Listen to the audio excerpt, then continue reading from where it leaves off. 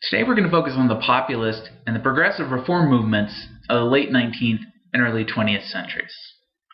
We're going to look at how and why these movements come about in the United States, their influences, the membership of these movements, and ultimately their impact on American politics and the American economy during the late 1800s and early 1900s.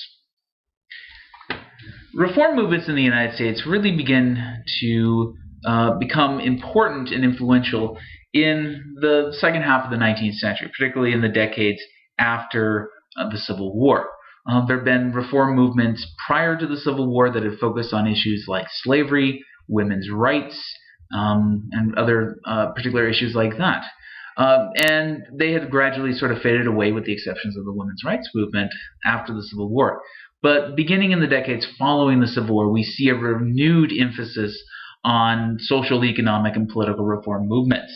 In many ways, these are reactionary movements. They're reacting against changing conditions in the United States, reacting against the growth of powerful corporations. Here we have the Standard Oil Company depicted as the octopus grabbing up innocent Americans in its tentacles, reacting against control of politics by the wealthy. Again, John D. Rockefeller, who owned the Standard Oil, seen as being a corrupter who had politicians under his great influence. A concern about growing industrialization, particularly the impact on women and children that the growth of factories was having in the United States. Also growing concerns about the American cities becoming crowded, becoming filled with immigrants, becoming dirtier and more dangerous. And so all these are particular areas that reformers in the United States in the 19th and early 20th century are reacting to.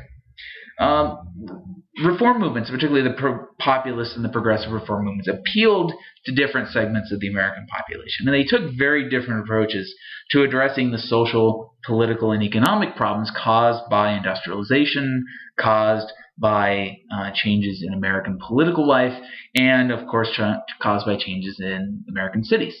And so we'll begin by focusing on the populist movement and how populism came about in the 19th century, and those who were interested in the populist movement, and ultimately the impact of the populist movement on American society. Populism was largely a backwards-looking movement. In other words, it appealed to people who were interested in the United States going back to sort of the way things had been prior to the Civil War, prior to all the industrial and social and economic and political changes that had happened to the United States after the 1860s. And they really wanted to restore power to the hands of the people and return the nation politically and socially to sort of pre-Civil War values.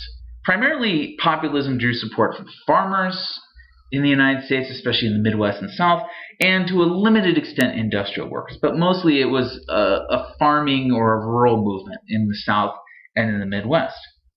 Populists had, over the course of the second half of the 19th century, growing concerns about how the average American was losing power in society. The average American had less influence and less control of his or her fate than in any previous time period. And as a result of this, populists grow very concerned about defending the rights of the average person, giving the average person the right to control over the voting process, preventing large corporations from dominating American economy, preventing politicians from being bought out by corrupt corporations. And these are all factors that influence the development of populism in the United States during this time period. Well, economically, America's farmers were facing a difficult situation following the Civil War, and were having a hard time adjusting to many of the changes that were going on in the United States, particularly to industrialization. As farming was becoming more mechanized, farmers were becoming more reliant on banks for loans, they were becoming more reliant on railroads to transport their goods to market, and they were becoming part of a much broader world economy, that definitely didn't necessarily consider the individual, considered the collective. And as a result, farmers get caught up in the economic cycles that are part of the 19th century, these boom and bust cycles that really dominate the economy of the 19th century. And as a result of this, many farmers lose everything during this period or become greatly indebted and are growing increasingly frustrated with the situation that they're under, the control of the economy by these powerful corporations like railroads and banks, the loss of control by the individual over kind of his or her fate. And farmers began really looking for a solution to these problems, looking for a way to organize and a way to express their frustration with the corruption and the economic loss of control that they experienced during the second half of the 19th century. And they looked for a way for the common man to reestablish himself as an important figure in American politics, as he had prior to the Civil War. And we see a number of movements originate after the Civil War that gradually grow into a political movement that becomes known as the People's Party. And we'll talk more about the People's Party here in just a minute, but I want to say a few things about the predecessor movements that eventually lead to the formation of the People's Party in the 1890s. First of these was the Granger movement. It was a movement that was organized after the Civil War by Oliver Kelly, here pictured on the left. And Kelly was a worker for the Department of Agriculture. He was concerned about the situation that rural farmers faced in the United States after the war. He spent time studying rural culture and farming, and he began to organize Granger clubs, or Granges as they are known. And Granges were a way for farmers to get together to discuss political and economic affairs, to lobby for regulation of industries like railroads or banks, to promote areas such as rural free delivery of mail, which was a source of concern, and other topics that were important to farmers during this time period. So the Granges are sort of the first way for farmers in the United States to organize themselves in a way that they can have an impact on local, state, and ultimately national politics. The Grange movement by 1874 becomes really quite large, and almost 1.5 million members belong to the Grange by the mid-1870s, and a significant number.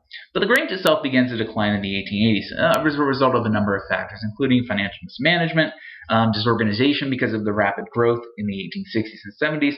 It remains relevant and still exists to this day, but the Grange loses a lot of its political influence as a result of this decline in membership in the 1870s. And we see the emergence of a new political organization that has an influence on farmers, especially in the Midwest and South. And this is a group called the Farmers Alliances. Here we have a flag from the Farmers Alliances. And the Farmers Alliances were much more of a political and economic association, far more than just the Grange. We really see kind of two branches. There's a southern branch, especially in Texas and the South, and a midwestern branch centered in Chicago and extending into the Midwest. It was a very elaborate sort of social and economic program that farmers who were members of the Farmers Alliance advocated.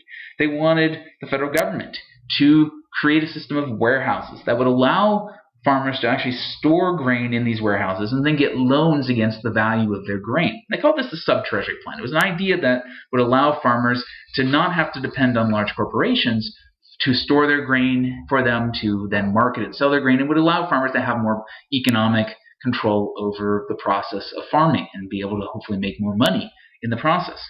The Farmers Alliances organized banks. They organized newspapers to advocate for members. They actually participated in state, local, and politics, especially in the Midwest and in the South. And so as a result of the Farmers Alliance, farmers, rural people, people who were involved in growing the nation's food, become much more active in the politics of the time period. Beginning in the 1890s, the Farmers Alliance begins to sort of evolve into a new political party known as the People's Party. And the first convention of the People's Party first national convention is in 1892, when they nominate a new candidate for president. They nominate a man by the name of James Weaver. And Weaver doesn't do so great in the first election. Here we have an electoral map here on the left that shows the states where Weaver won. And they were mostly western states where Weaver appealed to the mostly mining and kind of agricultural interests, and also a few Midwestern states where he appealed to farmers. But for the most part, Weaver has very limited success as a presidential candidate. But the farmers who organized the People's Party had a very, very clear mission in mind. Their objective was to focus on bringing about economic, social, and political reforms in the United States to benefit farmers. And they focused on areas such as nationalizing railroads, bringing about U.S. government control over railroads in the United States. They focused on nationalizing the telegraph system, nationalizing the early telephone system. They also argued that the federal government should restrict immigrant access to land in order to give American-born farmers more control over land. They also advocated an 8-hour workday for industrial workers. They also focused on an issue that becomes very important throughout the history of the People's Party, which is they wanted the government to be more involved in coining silver. And the reason for this is because the gold was the official currency in the United States, but gold was hard to get your hands on. It was hard for farmers to get gold currency. And they argued that silver should be coined for a number of reasons. Number one, to give work to miners in the West who were silver miners, to benefit them in a way. Silver would also, if there was more silver in circulation, that would lead to inflation in the American economy, which meant that while prices would get larger, there would be more money in circulation, so farmers would be able to pay their bills much easier. And so they had a rather sophisticated argument why silver should be coined and included in the official currency of the United States. But part of this, again, was all about trying to benefit farmers, trying to give farmers power over the large corporations and organized